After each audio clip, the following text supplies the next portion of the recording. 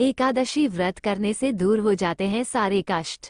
हमारे सनातन हिंदू धर्म में एकादशी, जिसे कुछ लोग ग्यारस के नाम से भी जानते हैं, इस तिथि का बहुत बड़ा महत्व है। हमारे धर्म ग्रंथों में एकादशी या ग्यारस की बड़ी महिमा बताई गई है। ग्यारस या एकादशी का अर्थ होता है एक ही दशा में रहते हुए अपने आराध्य देव का पूजन व उनकी वंदना करने की प्रेरणा देने वाला व्रत।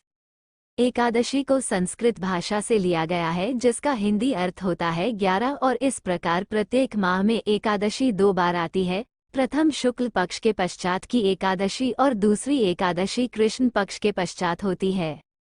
पूर्णिमा के बाद की एकादशी को कृष्ण पक्ष की एकादशी कहते हैं और अमावस्या के बाद की एकादशी को शुक्ल पक्ष की एकादशी कहते हैं, और इनका अपना अपना अलग महत्व होता है। एक वर्ष में 12 मास होते हैं और एक मास में 2 एकादशी होती हैं, सो एक वर्ष में 24 एकादशी हुई। जिस वर्ष में अधिक लौंद मास पड़ता है, उस वर्ष में 2 एकादशी बढ़ जाती हैं। इन 2 एकादशियों को मिलाकर कुल 26 एकादशी होती हैं। मान्यता है कि एकादशी का व्रत उत्पन्ना एकादशी से आरंभ करना सबसे उत्तम माना जाता है। मार्गशीर्ष माह के कृष्ण पक्ष की एकादशी को उत्पन्न एकादशी कहा जाता है। माता एकादशी उत्पन्ना एकादशी के दिन ही भगवान विष्णु के पवन शरीर से उत्पन्न हुई। हिंदू धर्म में व्रत का आरंभ भी एकादशी व्रत से ही हुआ है। एकादशी व्रत की उत्पत्ति को लेकर एक कथा प्रचलित है। कथा के अनुसार मुर नाम के एक असुर के साथ भगवान विष्णु का लंबे समय तक युद्ध हुआ। जब युद्ध करते करते विष्णु भगवान थक गए तो वे बद्रिकाश्रम में गुफा में जाकर विश्राम करने लगे। नारायण को ढूंढते हुए मुर भी उस गुफा में पहुंच गया और निद्रा में लीन भगवान को मारने का प्रयास किया। उसी समय भगवान विष्णु के शरीर से एक देवी का जन्म हुआ और उस देवी ने मुर का वध कर दिया। इससे प्रसन्न होकर भगवान विष्णु ने कहा कि आज मार्गशीर्ष माह की एकादशी के दिन तुम्हारा जन्म हुआ है, इसलिए आज से तुम एकादशी के नाम से ही जानी जाओगी। ये तिथि तुम्हें समर्पित होगी और इस दिन जो भी विधिवत व्रत रखकर मेरा पूजन करेगा, वो सभी तरह के पापों से मुक्त हो जाएगा। उसे मृत्यु के बाद भी सद्गति प्राप्त होगी। चूंकि एकादशी भगवान विष्णु की माया के प्रभाव से जन्मी थी, इसलिए एकादशी का व्रत रखने वाले मोह माया के झंझट से मुक्त हो जाते हैं और मोक्ष की ओर अग्रसर होते हैं। एकादशी व्रत के 2 भेद हैं, नित्य और काम्य। यदि एकादशी का व्रत बिना किसी फल की इच्छा से किया जाए तो वह नित्य कहलाता है, और यदि किसी प्रकार के फल की इच्छा जैसे धन, पुत्र आदि की प्राप्ति अथवा रोग, दोष, क्लेश आदि से मुक्ति के लिए किया जाए तो वह काम्य कहलाता है। किसी भी व्रत को करने के अपने नियम और विधि होती है, जैसे कि व्रत की पूजा विधि क्या है, भोजन क्या करना है और क्या नहीं करना है, व्रत कथा क्या है आदि।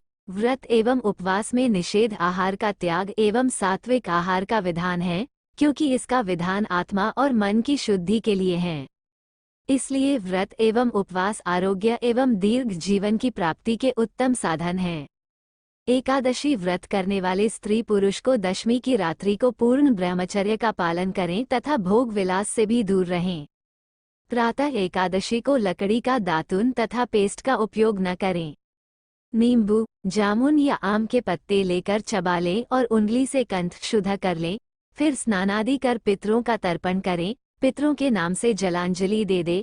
फिर घर या मंदिर में जाकर गीता पाठ करें या पुरोहित आदि से श्रवण करें। साथ ही भगवान विष्णु का विधि सहित पूजन करें और उस दिन जो भी एकादशी तिथि हो उस एकादशी व्रत कथा का पाठ करें अथवा श्रवण कर भगवान जगदीश की आरती उतारें। ओम नमो भगवते वासुदेवाय मंत्र का जाप और हरि कीर्तन करते दिन व्यतीत करें। व्रतधारी में यदि सामर्थ्य न हो तो एक बार भोजन करें। मिष्ठान अथवा मीठे फलों का निश्चित तौर पर सेवन करना चाहिए। यदि फलाहारी है तो घर में निकाला हुआ फल का रस या फल अथवा दूध या जल का सेवन कर सकते हैं। शास्त्रों में कहा गया है कि एकादशी के दिन चावल का सेवन नहीं करना चाहिए। खासकर जिस घर में एकादशी के निमित्त व्रत रखा जा रहा है वहां तो चावल बिल्कुल नहीं खाना चाहिए। इसके पीछे दरअसल एक मान्यता है। कहा जाता है कि एकादशी के दिन चावल को जीव के बराबर माना जाता है। इसके पीछे की कथा इस प्रकार है। एक बार ऋषि मेधा ने गलती से अपने यज्ञ में आए एक भिक्षु का अपमान कर दिया। इससे माँ दुर्गा उनसे नाराज हो गई। माँ दुर्गा को मनाने के लिए ऋषि मेधा ने अपने शरीर का त्याग कर दिया और उनका शरीर जमीन में धंस गया। इससे प्रसन्न होकर माँ दुर्गा ने वरदान दिया कि उस जमीन पर आगे अन्न उगेगा। एकादशी के दिन उसी जगह पर धान उगा और इसलिए चावल को एकादशी के दिन जीव के तुल्य माना जाता है। इसीलिए एकादशी के दिन चावल खाना निषेध बताया है। अगले दिन द्वादशी तिथि को स्नान आदि के बाद जब पारण करें तो तुलसी के पत्ते से ही करें। लेकिन उस दिन भी व्रती को तुलसी का पत्ता नहीं तोड़ना चाहिए। द्वादशी को सेवा पूजा की जगह पर बैठकर भुने हुए 7 चनों के 14 टुकड़े करके अपने सिर के पीछे फेंकना चाहिए।